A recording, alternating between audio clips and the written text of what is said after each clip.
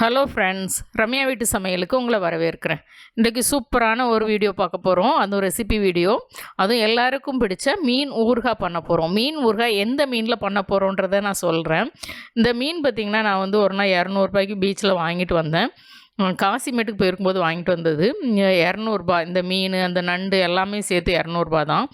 வாங்கும்போதே யோசனை, இந்த பொடி மீனெல்லாம் வச்சு நம்ம என்ன பண்ண போகிறோன்னு தெரியாமல் நண்டுக்காக நான் வாங்கிட்டேன். நண்டை நம்ம தொக்கு அதெல்லாம் பண்ணிடலாம். அதே போல் மற்ற மீன்களை கூட குழம்பு அவியெல்லாம் பண்ணிடலாம். இந்த பண்ணா மீனை மட்டும் எனக்கு என்ன பண்ணுன்னே தெரியல. அப்படியே வச்சுக்கிட்டே இருந்தேன். ஒரு 1.5 கிலோ மீன் இருந்திருக்கும், ஒரு வாரமாக இருந்தது. அதுக்கப்புறம் இதில் கருவாடு போட்டினா மட்டும்தான் சூப்பராக இருக்கும். நமக்கு கருவாடெல்லாம் இங்கே பண்ண முடியாது. மற்றபடி ஃப்ரைக்கோ குழம்புக்கோ அவ்வளோவா பொடி பண்ணால் நல்லா இருக்காது. கத்தாலான்னு சொல்லுவாங்க. அந்த மீன் வந்து அவ்வளோவா ஒன்றும் ருசியாக இருக்காது. தலையெல்லாம் வெட்டி க்ளீன் பண்ணி எடுத்து வச்சுட்டேன். என்ன ரெசிபி பண்ணலாம், கட்லெட் பண்ணலாமா, மோமோஸ் பண்ணலாமா, இப்படி யோசிச்சுட்டு இருந்தேன். அப்போ தான் வந்து சரி ஓகே ஊறுகாய் பண்ணால் என்ன அப்படின்னு சொல்லிட்டு ஊறுகாய் பண்ணலான்னு சொல்லிட்டு பிளான் பண்ணியிருந்தேன். ரொம்ப சிம்பிளாக பண்ண ஊறுகாய் செம சூப்பராக இருந்தது, செம டிமாண்டாக இருந்தது. அதைத்தான் நான் உங்களுக்கு சொல்லிக் கொடுக்க போகிறேன் இன்றைக்கு. இது 1.5 கிலோ மீன். நான் வந்து க்ளீன் பண்ணதுக்கப்புறமே இது வந்து 1.5 கிலோ இருந்தது இந்த மீன். அந்த மீனில் வந்து நம்ம வந்து எப்படி ஊறுகாய் பண்ண போகிறோம் அப்படின்றதான் பார்க்கலாம். நீங்கள் குறைவான குவான்டிட்டியில் பண்ணுறீங்கன்னா அதுக்கு தக்கன பொருளை குறைச்சி சேர்த்துக்கோங்க. 1 டேபிள் ஸ்பூன் அளவுக்கு மஞ்சள் தூள், 1/2 டீஸ்பூன் உப்பு மட்டும் சேர்த்துருக்குறேன். தண்ணி எதுவுமே சேர்க்க வேண்டாம். இந்த உப்பையும் மஞ்சளையும் மட்டும் நல்லா கலந்து விட்டுட்டு நம்ம க்ளீன் பண்ணி வச்சுருக்கிற மீன் எல்லாத்தையுமே இதில் போட்டு நல்லா புரட்டி எடுத்துக்கலாம். என்னென்ன மீனில் ஊறுகாய் பண்ணால், இந்த மாதிரி ஊறுகாய் பண்ணால் நல்லாயிருக்கும் அப்படின்றத நான் வீடியோவோட கடைசியில் சொல்கிறேன். இந்த மீன் எல்லாத்தையுமே நான் போட்டு ஜஸ்ட்டு உப்பும் மஞ்சள் தூள், ஏன்னா மிளகாத்தூள் போட்டால் தான் நம்ம தண்ணி சேர்க்க வேண்டியது இருக்கும். வெறும் உப்பும் மஞ்சள் தூள் போட்டிருக்கிறதுனால தண்ணி எதுவுமே சேர்க்க வேண்டாம். சும்மா அப்படியே இந்த உப்பு மஞ்சள் தூளை நல்லா புரட்டி எடுத்து ஒரு 10 நிமிஷம் நம்ம வந்து மேரினேட் பண்ணிடலாம். இந்த மீனில் வந்து செய்யும்போது நான் வந்து ருசியாக இருக்கும் அப்படின்னு நினச்சிலாம் செய்து பார்க்கலாம். டேஸ்ட்டாக இருந்தால் இந்த வீடியோவை நம்ம வந்து அப்லோட் பண்ணலாம் அப்படின்னு நினச்சி தான் இந்த வீடியோ நான் எடுத்தேன். செம சூப்பராக இருந்தது. அதுவும் இல்லாமல் நான் வந்து ஒரு 6 மாதத்துக்கு இதை ஸ்டோர் பண்ணுற மாதிரி, ப்ரிசர்வ் பண்ணுற மாதிரி தான் இதில் இன்க்ரீடியன்ட் எல்லாமே போட்டிருக்கிறேன். நீங்கள் வந்து குறைவான நாட்கள் தான் இதை வைக்க போகிறீங்க அப்படின்னா வந்து நீங்கள் வந்து வினிகரும் எண்ணெயும் குறைவாக சேர்க்கணும். அதையும் நான் உங்களுக்கு வினிகர் எண்ணெய் சேர்க்கும்போது நான் சொல்கிறேன். ஆனால் உப்பு மஞ்சள் தூள் வந்து நீங்கள் எவ்வளோ நாள் வைக்கிறதா இருந்தாலும், நீங்கள் 10 நாள் தான் ஸ்டோர் பண்ண போகிறீங்கனாலும் 1.5 கிலோ மீனுக்கு இந்த உப்பு மஞ்சள் தூளும் போட்டு நீங்கள் வந்து மேரினேட் பண்ணணும். அதுக்கப்புறம் ஃப்ரை பண்ணிக்கலாம். கடுகு 2 டேபிள் ஸ்பூன் சேர்த்துருக்குறேன். வெந்தயம் 2 டேபிள் ஸ்பூன் சேர்த்துருக்குறேன். அதுக்கப்புறம் சீரகம் வந்து 1/2 டேபிள் ஸ்பூன் சேர்த்துருக்குறேன். கடுகு பொரியணும், அதே போல் சீரகமும் பொரியணும். வெந்தயம் நல்லா கோல்டன் ப்ரௌன் கலரில் வரணும், அவ்வளோதான், தீஞ்சிடக்கூடாது. இந்த அளவுக்கு நம்ம வறுத்துட்டு தட்டு மாற்றிடுங்க. ஏன்னா பாத்திரத்தில் இருந்தது அப்படின்னா சட்டியோட சூடுக்கு வந்து உங்களுக்கு வந்து தீஞ்சிரும். அதனால் உடனே வந்து ஒரு தட்டுக்கு மாற்றி ஆற வச்சுருங்க. பிந்தி ஒரு 90% நல்லா பொடி பண்ணி எடுத்து வச்சுக்கோங்க. இந்த பொடியை வந்து ஊறுகாயில் நம்ம கடைசியில் சேர்க்க போகிறோம். இதை பொடி பண்ணி எடுத்து வச்சிடலாம். அடுத்து நம்ம மேரினேட் பண்ண ஃபிஷ்ஷை வந்து ஃப்ரை பண்ணி எடுத்துக்கலாம். வெறும் உப்பும் மஞ்சளும் போட்டு ஊற வச்சுருக்கிறதுனால நீங்கள் 10 நிமிஷம் மட்டுமே ஊற வச்சா போதும். மிளகாத்தூள்லாம் எதுவுமே சேர்த்து மீனை பொரிக்காதீங்க. ஏன்னா முழு மீனாக வச்சுருக்குறோம்ல, நல்ல அதில் இருக்க தண்ணி எல்லாமே எவாப்ரேட் ஆகி நல்ல ஒரு கருவாடு மாதிரி அதை ஃப்ரை பண்ணி எடுக்கணும். அதனால தான் உப்பும் மஞ்சள் தூளும் அளவாக சேர்த்துருக்குறேன். இதை வந்து நல்ல ட்ரையாக முறிச்சா அது முறியணும். அந்த அளவுக்கு வந்து லோ ஃப்ளேமில் மீடியம் ஃப்ளேமில் விட்டு நல்லா நம்ம பொரித்து எடுத்துக்க போகிறோம். ஏன்னா நல்லா பொரிஞ்சாதான், அதில் தண்ணியே இல்லாமல் நல்லா பொரிஞ்சாதான் உங்களுக்கு வந்து ஊறுகாய் வந்து ரொம்ப நாள் வச்சுருக்க முடியும். இது குறைவான நாட்கள் தான் நீங்கள் வைக்க போகிறீங்க, 10 நாளைக்கு தான் அந்த ஊறுகாவை செஞ்சு ஸ்டோர் பண்ண போகிறீங்க அப்படின்னா கூட வந்து நீங்கள் மீனை பொறுத்தளவுக்கு நல்லா ஃப்ரை பண்ணி எடுத்தால் தான் அந்த ஊறுகாய் ருசி மாறாமல் இருக்கும். இல்லைன்னா அந்த ஊறுகாயில் வந்து உங்களுக்கு வந்து கவுச்சி ஸ்மெல் வர ஆரம்பிச்சிடும். வந்தது அப்படின்னா உங்களுக்கு ஊறுகாய் சாப்பிட்றதுக்கு அவ்வளோ நல்லா இருக்காது. அதனால் நல்ல லோ ஃப்ளேமில் விட்டு நல்லா பொரித்து எடுத்துக்கோங்க. 2 பக்கமும் மாற்றி மாற்றி போட்டு உங்களுக்கு தெரியும் அது வந்து தீஞ்சிடக்கூடாது. தீஞ்சிடுச்சுன்னா கசப்பு வந்துடும். தீயவும் கூடாது, அதே நேரத்தில் பொரியாமையும் இருக்கக்கூடாது. நல்ல அதை மீனை அப்படியே ஒடிச்சோம் அப்படின்னா அதை ஒடியணும். அந்த பக்குவத்துக்கு வந்து நம்ம வந்து நல்லா பக்குவமாக பொரித்து எடுத்துக்கோங்க.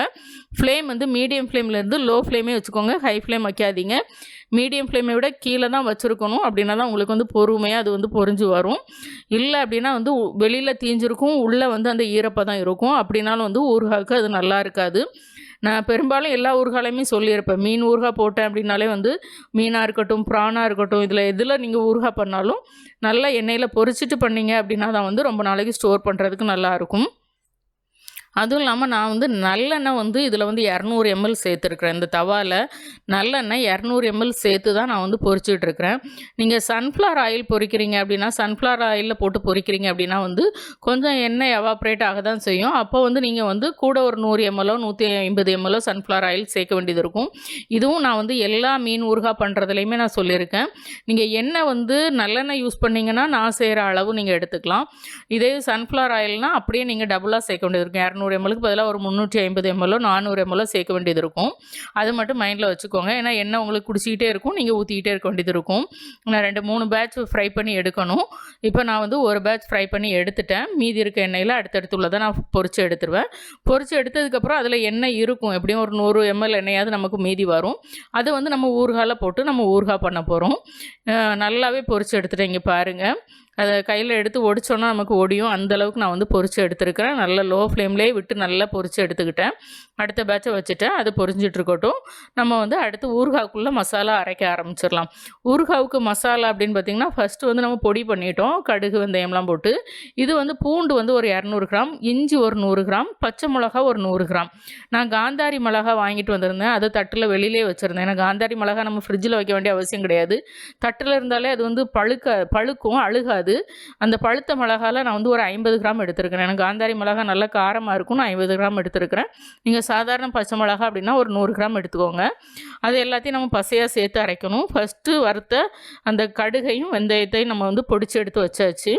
இப்போ அதே ஜாரில் நான் வந்து இஞ்சி பூண்டு பச்சை மிளகாவை சேர்த்து இந்த மாதிரி ஒரு சுற்றி எடுத்துட்டேன். இதில் வந்து தண்ணி சேர்த்து அரைக்கக்கூடாது. ஒரு 2-3 டேபிள் ஸ்பூன் நம்ம வந்து வினிகர் சேர்த்துக்க போகிறோம். ஏன்னா வந்து நல்லா கொஞ்சம் ஒரு 80% அரைக்கணும், அரைச்சா தான் நல்லாயிருக்கும். அதனால் ஒரு 3-4 டேபிள் ஸ்பூன் வினிகர் சேர்த்து, நான் ஆப்பிள் சிடர் வினிகர் சேர்த்தேன். நீங்கள் எந்த வினிகர்னாலும் சேர்த்துக்கோங்க. சேர்த்து இந்த அளவுக்கு ஒரு 80% நல்லா குறப்பாக அரைச்சி எடுத்துக்கோங்க. இப்போ நமக்கு இஞ்சி பூண்டு விழுது ரெடி ஆகிட்டு, நான் வந்து இப்போ மீனை பொரித்து முடிச்சிட்டேன். கடைசி பேட்ச் பொரிஞ்சிட்ருக்கு. அதனால் அதில் இருக்க எண்ணெயை முதல்ல வந்து இதில் ஊற்றிட்டேன். தேவைப்பட்டுச்சுன்னா எக்ஸ்ட்ரா ஆயில் நம்ம சேர்த்துக்கலாம். அந்த மீன் வந்து பொரிஞ்சதுனால அதில் இருக்க எண்ணெய் எல்லாத்தையும் நான் எடுத்துட்டேன். இப்போ இதில் வந்து ஒரு 1/2 டீஸ்பூன் கடுகு சேர்த்துக்கோங்க. கடுகு நல்லா பொரியட்டும். கடுகு பொரிஞ்சதும் நம்ம வந்து அரைச்சி வச்சுருக்க இஞ்சி பூண்டு பச்சை மிளகா பேஸ்ட் இதை தான் ஃபஸ்ட்டு சேர்க்க போகிறோம். அவ்வளோ பேஸ்ட்டுமே சேர்த்துடலாம். நம்ம 200 கிராம் பூண்டு, 100 கிராம் இஞ்சி, ஒரு 100 கிராம் பச்சை மிளகா சேர்த்தோம். நான் பழுத்த மிளகா போட்டிருக்கேன். எந்த மிளகானாலும் போட்டுக்கலாம், ஆனால் காஞ்ச மிளகா வேணாம். பழுத்த மிளகாவோ பச்சை மிளகாவோ நீங்கள் சேர்த்துக்கோங்க. ஏன்னா காஞ்ச மிளகாவில் டேஸ்ட் வேறு வரும். அதனால் நீங்கள் வந்து பச்சை மிளகாவே போட்டுக்கோங்க. என்கிட்ட அது மிளகா பழுத்திருந்தது, அது நல்லாயிருக்கும், அதனால நான் சேர்த்தேன். இப்போ மஞ்சள் தூள் 1 டீஸ்பூன், கரம் மசாலா 1 டீஸ்பூன், உப்பு ஒரு 6 டேபிள் ஸ்பூன் அளவுக்கு வந்து தனி மிளகாய்த்தூள், குண்டு மிளகாய்த்தூள் அரைச்சி வச்சுருக்கிறேன், அது சேர்த்துருக்கிறேன். 2 மிளகாய்த்தூள், 2 டேபிள் ஸ்பூன் வந்து காஷ்மீரி மிளகாய்த்தூள் சேர்த்துருக்கிறேன். எல்லாத்தையும் நம்ம வந்து இப்போ வந்து இதில் சேர்த்துட்டு ஒரு 30 செகண்ட்ஸ் மட்டும் புரட்டிக்கலாம். எண்ணெயில் படுற மாதிரி புரட்டிட்டு தீயை விட்டுறாதீங்க. பாத்திரம் ரொம்ப சூடாக இருக்குது அப்படின்னா ஸ்டவ் ஆஃப் பண்ணிவிட்டு நீங்கள் இந்த மசாலா எல்லாத்தையும் கொஞ்சம் வறுத்துக்கோங்க. லைட்டாக வறுத்ததுக்கப்புறம் நம்ம வந்து வினிகரை சேர்த்துடலாம். வினிகர் வந்து ஃபஸ்ட்டு வந்து நான் வந்து ஒரு 75 ml வந்து ஆப்பிள் சிடர் வினிகர் சேர்க்குறேன். இதுதான் சேர்க்கணும் கிடையாது, சாதா வினிகரும் சேர்க்கலாம், சிந்தட்டிக் வினிகரும் சேர்க்கலாம். இது வந்து வீட்டில் இருந்ததுனால நான் வந்து ஜஸ்ட் ஒரு 75 ml இந்த வினிகர் சேர்த்துக்கிறேன். இல்லை அப்படின்னா நீங்கள் வந்து டேரெக்டாக சிந்தட்டிக் வினிகரே நீங்கள் வந்து 75 ml இப்போ சேர்த்துக்கோங்க. தேவைப்பட்டால் அப்புறம் ஆட் பண்ணிக்கலாம். அதுக்கப்புறம் நல்லெண்ணெய், திரும்பவும் நல்லெண்ணெய் ஒரு 150 ml சேர்த்துருக்குறேன். நீங்கள் வந்து சன்ஃப்ளவர் ஆயில் யூஸ் பண்ணுறீங்கன்னா 300 ml சேர்த்துக்கோங்க. எந்த இடத்துலலாம் நான் வந்து நல்லெண்ணெய் சேர்க்குறேனோ ஊறுகாய் பண்ணும்போது, அப்போ நீங்கள் சன்ஃப்ளவர் ஆயில் தான் நீங்கள் ரெகுலராக யூஸ் பண்ணுறீங்க அப்படின்னா, கண்டிப்பாக நீங்கள் டபுளாக சேர்த்தா மட்டும்தான் அந்த ஊறுகாய் வந்து கெட்டு போகாமல் ரொம்ப நாளைக்கு இருக்கும். எண்ணெயும் வினிகரும் உப்பும் இது 3 தான் வந்து உங்களுக்கு, அதுவும் நான்வெஜ் ஊறுகாய் இல்லை, அதனால் வந்து உங்களுக்கு வந்து ரொம்ப நாள் வச்சுருக்கணும் அப்படின்னா இந்த 3 பொருளும் தாராளமாக போடணும். நிறைய பேர் கேட்பாங்க புளி சேர்க்கலாமா, அதே போல் எலுமிச்சம்பழம் சேர்க்கலாமான்லாம் கேட்பாங்க. அதெல்லாம் சேர்க்கும்போது சேர்த்துக்கலாம். சேர்த்து நம்ம செய்தோம் அப்படின்னா 1 வாரத்துக்கு ஃப்ரிட்ஜில் வச்சு யூஸ் பண்ணிக்கலாம். நான் அந்த ஊறுகாவுமே உங்களுக்கு போடுறேன். இப்போ திரும்பவும் 75 ml சிந்தட்டிக் வினிகர் சேர்த்துருக்குறேன். அதுவும் சேர்த்து கலந்து விட்டாச்சு. இங்கே பாருங்கள், நமக்கு மசாலா வந்து மீன் போடுற அளவுக்கு பக்குவத்துக்கு கரெக்டாக வந்துருச்சு. இந்த ஸ்டேஜில் நீங்கள் உப்பும் செக் பண்ணிக்கோங்க. உப்பும் தேவைப்பட்டுச்சுன்னா உப்பையும் செக் பண்ணிக்கோங்க. அதோடு இல்லாமல் வந்து நம்ம கடுகு வெந்தயம் பொரிச்ச பொடியை இந்த ஸ்டேஜ்லேயே நம்ம சேர்த்துடலாம். நான் வந்து போட மறந்துட்டேன், அதனால் மீனை சேர்த்துட்டு நான் வந்து அந்த பொடியை போட்டேன். இப்போ நம்ம பொரிச்சு வச்சுருக்கிற மீன் எல்லாத்தையுமே இதில் சேர்த்துக்கலாம். இந்த மீன் வெறும் இந்த பண்ணாக்கத்தால மட்டும்தான் செய்யணுமான்னு கிடையாது. சின்ன சைஸ் மீன் எந்த மீன்லனாலும் நீங்கள் தலையை எடுத்துட்டு இந்த மாதிரி ஃப்ரை பண்ணி எடுத்து இதே மெத்தடில் ஊறுகாய் பண்ணுங்கள், சூப்பராக இருக்கும். நீங்கள் பிஸ்னஸ் தாட்டில் பண்ணனா கூட நீங்கள் பண்ணலாம், சூப்பராக இருக்கும். நீங்கள் செய்து வெளியில் ஸ்டோர் பண்ணி வச்சு பாருங்கள், அது கெட்டு போகாமல் இருக்குது. ஏன்னா ப்ரிசர்வேட்டிவ்க்கு போட்டிங்கன்னா இதில் வந்து சிட்ரிக் மட்டும்தான் நம்ம ஆட் பண்ணணும். அது சிட்ரிக் சால்ட்டும் உங்களுக்கு கிடைக்கும், அது மட்டும்தான் நீங்கள் ஆட் பண்ண வேண்டியது இருக்கும். அதுவும் 1 டேபிள் ஸ்பூன் ஆட் பண்ணணும். அது நான் வந்து இது வரைக்கும் நான் யூஸ் பண்ணது கிடையாது. நீங்கள் பிஸ்னஸ் பண்ணுறீங்க அப்படின்னா அந்த சிட்ரிக் சால்ட் போட்டிங்க அப்படின்னா வந்து இந்த வினிகர் எண்ணெய் இவ்வளோ தான் போட்டு கைப்படாமல் எடுத்து நீங்கள் பாட்டிலில் அடைச்சி நீங்களே டெஸ்ட் பண்ணி பாருங்கள். நல்லா இருந்ததுன்னா தாராளமாக பக்கத்தில் இருக்கவங்களுக்கு ஃப்ரெண்ட்ஸ்க்கு எல்லாத்துக்குமே நீங்கள் வந்து சேல் பண்ணலாம், சூப்பராக இருக்கும். ஏன்னா ஒன்ஸ் ஓப்பன் பண்ணதுக்கப்புறம் தான் நம்ம கைப்படும், அதுக்கப்புறம் ஃப்ரிட்ஜில் வைக்கணும். இல்லை கைப்படாமல் ஒரே பாட்டிலில் நீங்கள் போட்டு அப்படியே வச்சிட்டிங்க அப்படின்னா கெட்டு போகாமல் தான் இருக்கும். அதனால் வந்து நீங்கள் தாராளமாக இதை வந்து ஃபஸ்ட்டு நீங்கள் உங்கள் ஃப்ரெண்ட்ஸ் சர்க்கிளில் அல்லது ஃபேமிலி சர்க்கிளுக்குள்ள நீங்கள் கொடுத்து பாருங்கள். நல்லா சேல் ஆச்சுன்னா நீங்கள் வந்து அதுக்கப்புறம் நீங்கள் வந்து எக்ஸ்டெண்ட் பண்ணலாம். ஏன்னா நிறைய பேர் கேட்டிருக்காங்க ஆரம்பத்தில், மீன் ஊறுகாய் நாங்கள் சேல் பண்ணலாமா, கெட்டு போகாமல் இருக்குமா அப்படின்னு சொல்லிட்டு. அதுக்குமே வந்து உங்களுக்கு வந்து எந்த அளவுக்கு லாபம் வரும் அந்த தாட்லலாம் நான் இது வரைக்கும் வீடியோ எடுத்தது கிடையாது. கண்டிப்பாக நெக்ஸ்ட் டைம் நான் சூரை மீன் அல்லது வந்து மத்தி மீனில் ஊறுகாய் பண்ணி காமிக்கிறேன். அப்போது ஒரு கிலோ மீனுக்கு வந்து எவ்வளோ செலவாகுது, நம்ம அதை எவ்வளோக்கு சேல் பண்ணலாம் அப்படின்றத நான் வந்து கூடிய சீக்கிரம் உங்களுக்கு வீடியோவாக கொடுக்குறேன். இப்போ எனக்கு கொஞ்சம் உப்பு தேவைப்பட்டுச்சு, நான் வந்து உப்பு போட்டுக்கிட்டேன். நான் அரைச்ச பொடியையுமே அதில் சேர்த்துட்டேன். அதாவது கடுகு வெந்தயம் அரைச்ச பொடியையும் சேர்த்தாச்சு. இதெல்லாம் சேர்த்ததுக்கப்புறம் ஒரு 3லேருந்து 5 நிமிஷம் லோ ஃப்ளேமில் அப்படியே விட்டுருக்கேன். எண்ணெய் கொஞ்சம் பிரிஞ்சு வரணும், அவ்வளோதான். இந்த மசாலா எல்லாம் ஒன்று சேரணும். அதோடு நம்ம ஆஃப் பண்ணி வச்சிட வேண்டியதான். ஆஃப் பண்ணி ஓரமாக வச்சிட்டோம் அப்படின்னா வந்து அதுக்கப்புறம் ஆறுனதுக்கப்புறம் எடுத்து நல்ல ஒரு கண்டெய்னரில் போட்டு நீங்கள் வந்து கைப்படாமல் வெளியில் வச்சிங்க அப்படின்னா, கைப்படாமல் இருந்ததுன்னா அது பாட்டுக்கு இருக்கும். இல்லை நீங்கள் திறந்து அடிக்கடி மூடுறீங்க, எடுக்கும்போது கைப்படும் அப்படின்னா வந்து நீங்கள் வந்து ஃப்ரிட்ஜில் வச்சுருங்க. நான் எப்போவுமே ஃப்ரிட்ஜில் தான் வச்சுப்பேன். ஏன்னா கண்டிப்பாக நம்ம சேஃபாக எடுத்தாலும் வீட்டில் இருக்க எல்லோரும் கரெக்டாக எடுப்பாங்கன்னு சொல்ல முடியாது. அதனால் வந்து ஃப்ரிட்ஜில் வச்சுக்கிறது சேஃப், வீட்டில் நம்ம யூஸ் பண்ண ஆரம்பித்ததுக்கப்புறம். அதுவும் இல்லாமல் இந்த மீன் வந்து இந்த மீனில் தான் பண்ணணும்னு கிடையாது, எல்லா பொடி மீன்லேயும் பண்ணலாம். அதுவும் இல்லாமல் மத்தி மீன், கவளை மீன் இதிலெல்லாம் பண்ணுறதுக்கு சூப்பராக இருக்கும் இந்த மாதிரி ஊறுகாய் பண்ணுறதுக்கு. ஆனால் செம டேஸ்ட்டாக இருந்தது, அதனால தான் உங்களுக்கு இந்த வீடியோ கொடுத்துருக்கேன். ரொம்ப சிம்பிளாக ஈஸியாக பண்ணக்கூடிய ஒரு ரெசிபி தான், ரொம்பலாம் மெனக்கடலை. இது வந்து சும்மா கிடச்ச மீன் மாதிரி தான். இந்த மீனோட காஸ்ட்னு பார்த்திங்கன்னா ஜஸ்ட் ஒரு 20 ரூபா 30 ரூபா தான் இருக்கும். ஏன்னா அவ்வளோ மீனும் நண்டெல்லாம் சேர்த்தா 200 50 ரூபா போட்டால் கூட இந்த ஊறுகாய் வந்து எனக்கு வந்து 1 கிலோவுக்கு மேலே வந்தது.